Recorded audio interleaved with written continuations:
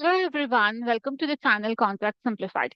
I'm Advocate Kritika, and in today's video, we are going to talk about a very important clause in contracts, that is the entire agreement clause. This clause essentially ensures that the contract represents the complete and final agreement between the parties, leaving out any previous discussions or representations. But sometimes this clause can be drafted poorly, leading to confusion later on. Now let us go through a version of the entire agreement clause. It reads out as this agreement is the complete agreement between the parties. There are no other understandings, representation, or terms. At first glance, this seems simple and effective, right? But there are few issues with this wording that could cause confusion or leave a certain situation unaddressed. Let's break it down and improve it. First off, the phase. This agreement is a complete agreement between the parties is fine, but too vague. What if there were prior discussion, documents, or agreements that are relevant to the contract? It is important to explicitly mention that these superseded the current agreement. Second, the clause says there are no other understanding, representation, or terms, but doesn't specify anything about amendment or modification that may occur later. So, what happens if the parties agree to modify the contract after signing it? This clause doesn't really account for that.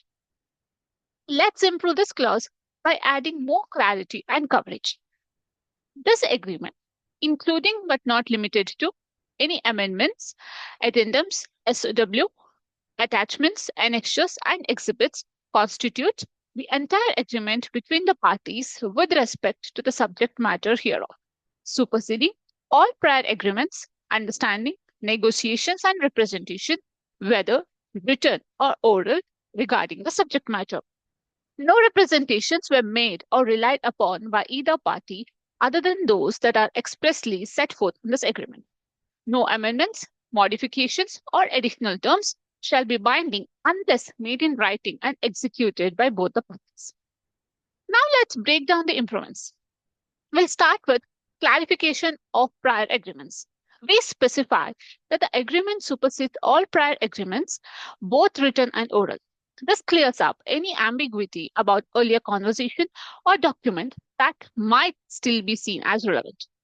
Inclusion of attachments. This clause now includes a reference to attachment, annexures, and exhibits, ensuring that all the related documents are incorporated into the same agreement. Clear amendment clause. We have added a provision stating that any future amendment must be in writing and executed by both the parties, addressing any future modifications or additions to the contract.